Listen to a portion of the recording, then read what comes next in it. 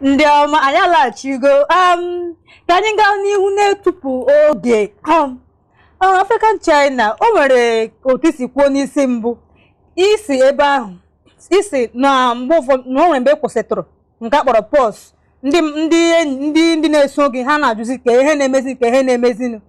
ya bụ na ị na-akụpụta egwu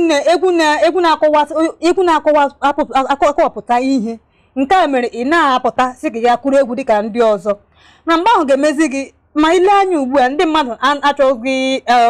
egwu na-akọwapụta ihe otu n'ime ha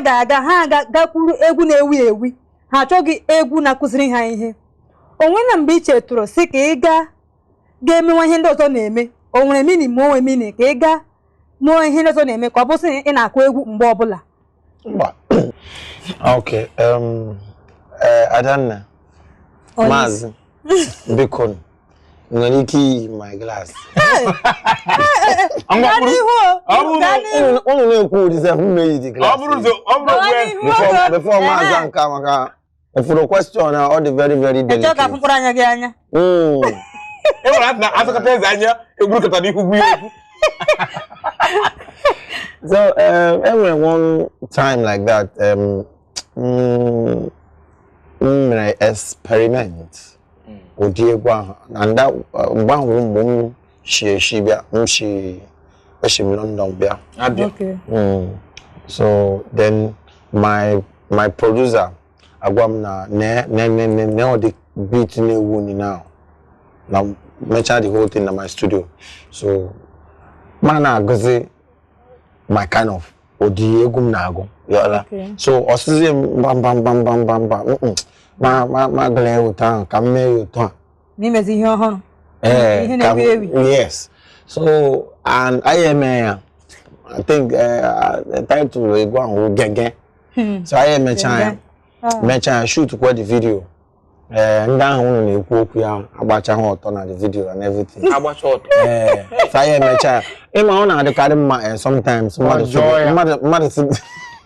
ọ na-adịkarị mma mmadụ sị gị mee ihe a ka ime ya so that ị na-enye ya reason why ka ọ fụzi the reason why ị naghị achọ ime those kind of things so onye m ji si ya no problem ime ya ma onye na-akụtukwu ihe gbasara nụ egwu gị ana m anọcha egwu Igbo ị na-akụ iwe egwu Igbo enwere m egwu Igbo ka afọ egwu home call gwa m ihe mere ndị na-alụ ọrụ oyibo ma unu rụcha ọrụ oyibo ụgwọ ọnwa abụrụ nsogbu akwa mụ na ebe bụkọ ha n'eze nụrụ olu m Igbo jisie n'ike ka anyị mezie n'ihe onye ụlọ nne ya na-esi ewu hapụrụ ya onye nne n'ụzọ isi ya na n'omebisiwago akwa mụ na ebe bụ na ya hapụrụ ya onye ka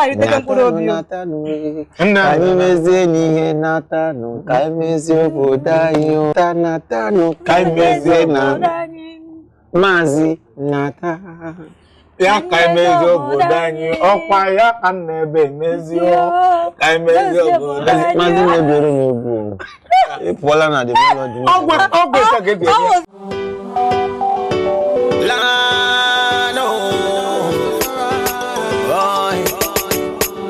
China man there little prince of me little journey wise up and realize it say this job is supposed to dey pay our money no job we dey pay tax social amenities for poor na one chance social na place now is killing us person never chop 7 days serve the 13 us corrupt worker on top na dey threaten us person never chop 7 days you see dey threaten us I know say if you take this song and story person wey get sense go know say no be story like being they threaten us even political parties self they threaten us poverty they threaten us even waiting to chop self they threaten us Igbo kwen Igbo mmadụ ọmụ akwụrụ na-akpọ Africanchina anụ akwụrụ na-ekiri na isimbido TV ebe a na-eme ihe ọbụla gbasara igba egwu na other things a na-eme na ife ọmụmụ biko unu akpakwala TV aka unu akpakwala remote aka na-ekiri esonye n'azụ